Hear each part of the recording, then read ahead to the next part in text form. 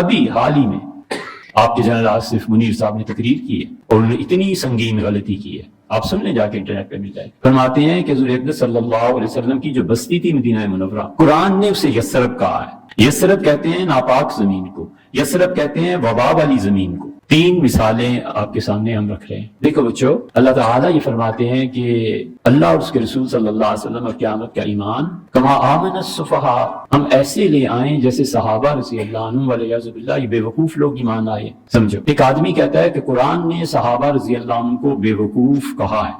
اب یہی کہیں گے نا کہ یار ان کافروں منافقوں کا قول اللہ نے نقل کیا ہے، اللہ نے قرآن نے صحابہ رضی اللہ عنہ کو بے وقوف نہیں کہا. آیا خیال؟ کہنے والے منافق ہیں، اللہ نے نقل کیا ہے اس قول کو. یہودیوں نے کہا والعیاذ باللہ کہ اللہ تنگ دست ہے، اللہ محتاج ہے. اللہ نے کہا غلت ایدیہم، ان کی اپنی سخاوتوں پہ فرق پڑے، ان کے اپنے خرچ کرنے پہ لعنت پڑے. لعنوا بما قالوا، ایسا جملہ بولا ہے جس پہ میں اللہ لعنت بھیجتا ہوں. بل یداہ مبسوطتان، اس کے تو دونوں ہاتھ کھلے جیسے چاہے خرچ کرتا ہے. اب ایک آدمی کہتا ہے کہ قرآن نے اللہ کو کنجوس کہا ہے، تو اب یہی کہیں گے نا کہ نہیں، اللہ کو کنجوس نہیں کہا بلکہ یہودیوں کی بات نقل کی ہے کہ یہودی اللہ کو کنجوس کہتے ہیں. ابھی حال ہی میں آپ کے جنرل آصف منیر صاحب نے تقریر کی ہے اور انہوں نے اتنی سنگین غلطی کی ہے، آپ سن لیں جا کے انٹرنیٹ پہ مل جائے.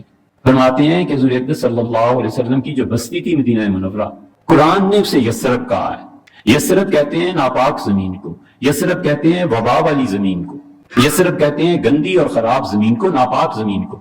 حضور اقدس صلی اللہ علیہ وسلم جب ہجرت کر کے تشریف لے گئے تھے، صحابہ رضی اللہ عنہ کو اکثر کو بخار ہو گیا تھا. ام المومنین حضرت عائشہ رضی اللہ عنہ فرماتی ہیں اتنا شدید بخار تھا کہ میرے سر کے بال جھڑ گئے. حضرت بلال رضی اللہ عنہ راتوں کو اٹھ کے کہتے تھے کہ اللہ کبھی وہ اس گھاس والی وادیاں بھی نصیب ہوں گی جو مکہ میں چھوڑا ہے، اللہ کبھی وہاں کی جو سبزی ہے سبز، اللہ کبھی پھر بھی زندگی میں ایسا موقع ملے. حضور اقدس صلی اللہ علیہ وسلم نے حضرت بلال رضی اللہ عنہ کو فرمایا تھا کہ بلال، مدینہ منورہ میں مسجد کے ساتھ جو سب سے اونچا گھر ہے نا، اس پہ جا کر اذان دیا کرو. تو حضرت بلال رضی اللہ عنہ جا کے بیٹھ جاتے تھے، دیکھتے رہتے تھے کہ صبح صادق ہوئی ہے یا نہیں ہوئی، اور بیٹھے دعا مانگتے رہتے تھے کہ اللہ ان مکہ والوں کو ہدایت دے، اللہ ان قریش کو ہدایت دے. حضرت بلال رضی اللہ عنہ گھبرا گئے، اتنا شدید بخار، یثرب اسی وجہ سے کہتے ہیں. حتیٰ کہ آپ نے ایک دن فرمایا میں نے رات ایک عورت کو دیکھا ہے بہت بدصورت اور چوٹی بکھیرے اور بھاگ گئی ہے یہاں سے. تو عرض کیا گیا کہ اللہ کے رسول یہ کیا تھا؟ آپ نے فرمایا یہ وہ وبا اور بخار تھا، منحوس چیز تھی، اس شہر کو چھوڑ دی. اور آپ نے فرمایا لوگوں میرے شہر کو یثرب نہ کہنا، الطابہ، یہ میرا شہر بڑا پاک ہے، الطیبہ، پاک کرنے والا بھی ہے. تیسری جگہ فرمایا کہ مدینہ ایسے پاک کر دیتا ہے جیسے میل کچیل کو انگارے پاک کر دیتے ہیں، یہ بھٹی ہے مدینہ. منع فرمایا. ایک جگہ فرمایا کہ تم میں سے کوئی آدمی میرے شہر کو یثرب کہے، اسے ضروری ہے کہ 10 مرتبہ میرے شہر کی تعریف کرے. اس لیے مدینہ منورہ کو یثرب کہنا منع ہے.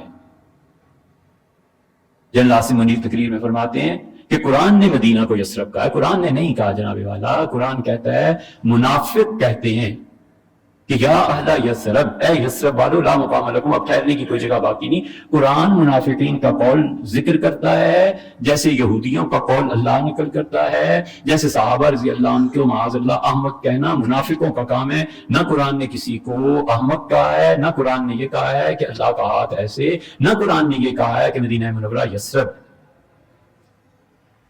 آپ فرماتے ہیں کہ قرآن یثرب کہتا ہے، قرآن نہیں یثرب کہتا.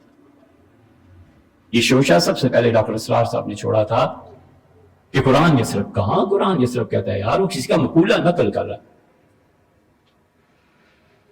اسی لیے ہم بار بار کہتے ہیں کہ کوئی حق نہیں پہنچتا آپ کو ان علوم میں دخل دینے کا. جس علم میں یار زندگی گزاری ہے نا، اس علم کی بات کرو.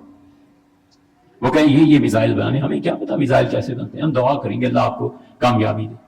آپ فرمائیں اٹامک تھیوری کا، ہمیں کیا پتا اٹامک تھیوری کیا. کوئی مولوی اٹھ کے اس پہ بحث کرنے لگے تو لوگ اسے احمق سمجھیں گے کہ نہیں. بالکل اسی طرح آپ خدا کے دین میں دخل نہ دیں، مہربانی کریں.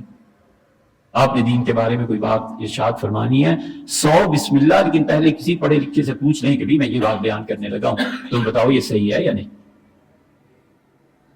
تو حضور اقدس صلی اللہ علیہ وسلم کے شاعر کو یثرب فرما رہے ہیں جنرل صاحب، یہ بالکل. اور آپ کی بات کا لوگوں پہ اثر ہوتا ہے، آپ کی بات دیکھ کے سن کے لوگ اسے لے لیں گے.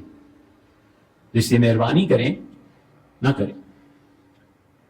اس سے بڑی حماقت کیا ہوگی کہ کوئی مجھ سے پوچھے کہ دل کی دھڑکن تیز ہو جاتی ہے کون سی گولی کھایا کرو.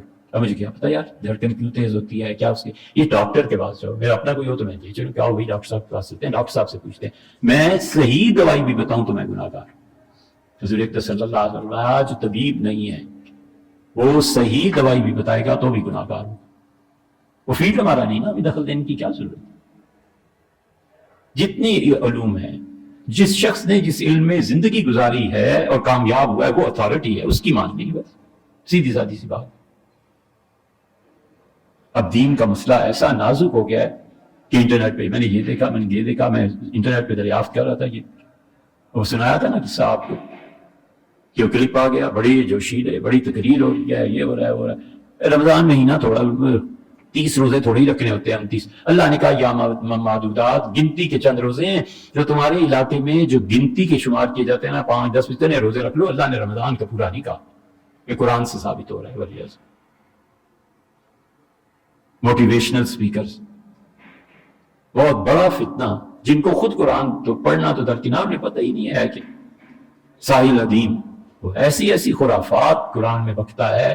ولیعوذ باللہ یاجوج ماجوج کی آیتیں, اور یاجوج ماجوج فلانی قوم ہو گئی, اور یہ اور وہ, اور گدھا حلال ہے. جس کو اتنی تمیز نہیں ہے کہ ایک جنگلی گدھا ہوتا ہے, ایک شہری گدھا ہوتا ہے. جنگلی گدھا حلال ہوتا ہے, شہری گدھے حرام ہوتے ہیں. یہ سب گمراہی ہے. ہمیں کیا لینا کیا دینا, شوق سے سنو عمل کرو, ہمیں کیا, ہمارا کیا بگڑا, کچھ بھی نہیں. لیکن یہ ضروری ہے کہ خدا پوچھے گا کہ چند لوگ تمہیں سنتے تھے, تم گنگے شیطان بنے ہوئے تھے, تو ہمیں تو عرض کرنا ہے, چاہے وہ جنرل صاحب ہوں چاہے وہ کوئی ہو. صرف درخواست یہ ہے کہ حضرت آپ نے دین کے بارے میں بات کرنی, بسم اللہ 100 مرتبہ کریں, لیکن اس سے پہلے کسی کو کنسلٹ کر لیں کہ بھئی میں دین کے بارے میں بات کرنے لگا ہوں, کہیں ایسے تو نہیں ہے کہ شریعت کے کہیں خلاف ہو جائے اور لوگ مجھے کچھ کہیں. یہ درخواست ان سے بھی اور سب سے.